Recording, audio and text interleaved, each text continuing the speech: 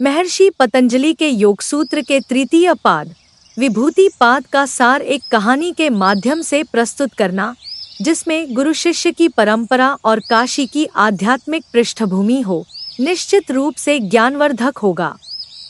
यहाँ कहानी के रूप में विभूति पाद की व्याख्या प्रस्तुत है।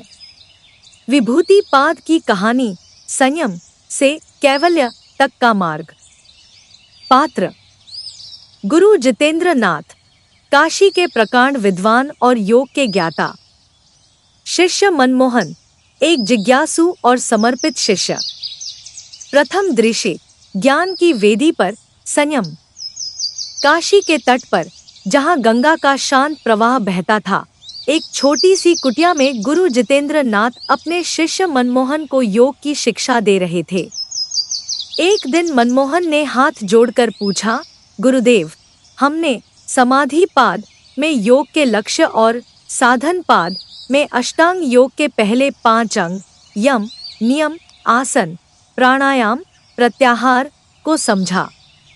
अब ये विभूति पाद क्या है? गुरुदेव ने मुस्कुराते हुए कहा, मनमोहन, अब तुम योग के आंतरिक द्वार पर खड़े हो। विभूति पाद उन अलौकिक शक्तियों, विभूतियों का वर्णन करता है जो गहन साधना से प्राप्त होती है। यह द्वार खुलता है 3 अंतरंग साधनों से: धारणा, ध्यान और समाधि। धारणा, एकाग्रता, किसी एक विषय या स्थान पर चित्त को टिकाना।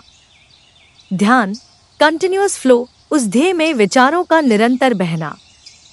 समाधि, अब्जॉर्प्शन, जब चित्त ध्येय के स्वरूप में ही लीन हो जाए, स्वयं का भान न रहे। गुरुदेव ने आगे कहा, जब तुम इन तीनों को एक ही वस्तु पर एक साथ साध लेते हो तो उसे संयम कहते हैं। विभूति पाद सूत्र 3.4 त्रयमेकत्र संयमा। मनमोहन ने सिर हिलाया। संयम, एक साथ तीनों की पराकाष्ठा। गुरुदेव ने कहा, मनमोहन, योग का सच्चा चमत्कार अब प्रकट होगा। तुमने योग के बाह्य अंग साधे हैं: यम, नियम, आसन, प्राणायाम, प्रत्याहार। अब अंतरंग साधना का समय है: धारणा, ध्यान और समाधि। इन तीनों का एक ही विषय पर गहरा मिल ही संयम कहलाता है। जब तुम संयम साधते हो तो तुम अपने चित्त को उस विषय के साथ एकाकार कर लेते हो। फिर उस विषय के रहस्यों पर से पर्दा हट जाता है। यह संयम ही सिद्धियों की जननी है। द्वितीय दृश्य अष्ट सिद्धियां और उनका प्रकटीकरण। मनमोहन ने पूछा, गुरुदेव, ये सिद्धियां किस प्रकार की होती हैं? लोग इन्हें अलौकिक शक्ति कहते हैं। गुरुदेव मुस्कुराए और अपनी आंखें बंद कर ली। उन्होंने एक एक करके प्रमुख सिद्धियों का वर्णन किया, जिसके उदाहरण सुनकर मनमोहन विस्मय में डूब गया। 1. अनिमा और महिमा, आकार पर नियंत्रण। गुरुदेव, मनमोहन, यदि तुम अपने परमाणु स्वरूप पर संयम साधो तो तुम्हें अनिमा सिद्धि प्राप्त होगी। उदाहरण, तुम अपने शरीर को इतना सूक्ष्म बना सकते हो कि वह किसी भी अणु से छोटा हो जाए, हवा में घुल जाए या किसी अदृश्य दरार से निकल जाए। गुरुदेव, इसके विपरीत, यदि तुम अपने वृहद स्वरूप पर संयम साधो तो तुम्हें महिमा सिद्धि मिलेगी। उदाहरण, तुम अपने शरीर को इतना विशाल बना सकते हो कि वह पर्वत के समान विशालकाय हो जाए या किसी देवता की तरह तीनों लोकों में अपना रूप फैला सके। 2. लघिमा और गरिमा, भार पर नियंत्रण। गुरुदेव, लघिमा सिद्धि तब आती है जब तुम तत्वों के भार को बांधने वाले बल पर संयम करते हो। उदाहरण, तुम्हारा शरीर रुई से भी हल्का हो जाएगा। तुम जल पर चल सकते हो या बिना किसी यान के हवा में विचरण कर सकते हो। गुरुदेव, और गरिमा सिद्धि से तुम अपने भार को इतना बढ़ा सकते हो कि तुम्हें कोई भी हिला न सके, तुम एक पहाड़ से भी भारी हो जाओ। 3. प्राप्ति, सर्वत्र पहुंच।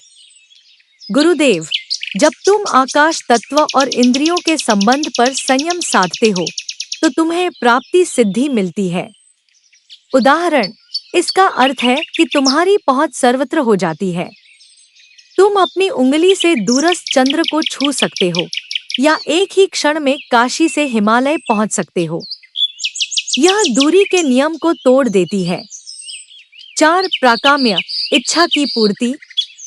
गुरुदेव, प्राकाम्य वह सिद्धि है जिससे तुम्हारी इच्छाएं तत्काल फलित होती हैं। उदाहरण, यदि तुम इच्छा करो कि तुम कभी बूढ़े न हो या हमेशा स्वस्थ रहो, तो यह इच्छा तुरंत पूरी हो जाएगी। यह संसार की बाधाओं को तुम्हारी इच्छा के सामने झुका देती है। 5. ईशित्व और वशित्व, नियंत्रण। गुरुदेव, ईशित्व सिद्धि प्रकृति के तत्वों पर पूर्ण प्रभुत्व देती है। उदाहरण, तुम मौसम बदल सकते हो, वर्षा करा सकते हो या अग्नि को शांत कर सकते हो। तुम प्रकृति के नियामक बन जाते हो। गुरुदेव, और वशित्व सिद्धि से तुम अन्य प्राणियों और वस्तुओं को अपने वश में कर लेते हो।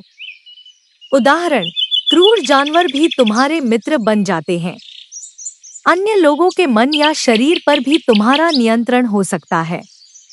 तृतीय दृष्टि, ज्ञान और चेतावनी। मनमोहन इन सिद्धियों के उदाहरण सुनकर थर्रा उठा। उसने हाथ जोड़कर कहा, गुरुदेव, यह तो देवताओं जैसा बल है। योग का लक्ष्य तो इन्हें पाना ही होना चाहिए। गुरुदेव ने गंभीर स्वर में उत्तर दिया, यही विभूति पाद की सबसे बड़ी शिक्षा छिपी है। पतंजलि कहते हैं, ये सिद्धियां संसार में तो उत्कर्ष, उत्कृष्टता है, किंतु समाधि, मोक्ष के लिए ये ही बाधाएं, उपसर्ग हैं। उदाहरण के साथ व्याख्या। कल्पना करो, मनमोहन, तुमने प्राप्ति सिद्धि पाली और तुम एक क्षण में यहाँ से कैलाश पहुँच गए। लोग तुम्हारी पूजा करेंगे, तुम्हारे नाम पर मंदिर बनेंगे। तुम्हारा मन मैं कितना महान हूँ के अभिमान में डूब जाएगा। तुम्हारा चित्त, जो मोक्ष के लिए एकाग्र होना चाहता था, अब लोगों की प्रशंसा, अपनी शक्तियों के प्रदर्शन और इस बात में उलझ जाएगा कि आज कौन सी नई सिद्धि का उपयोग किया जाए।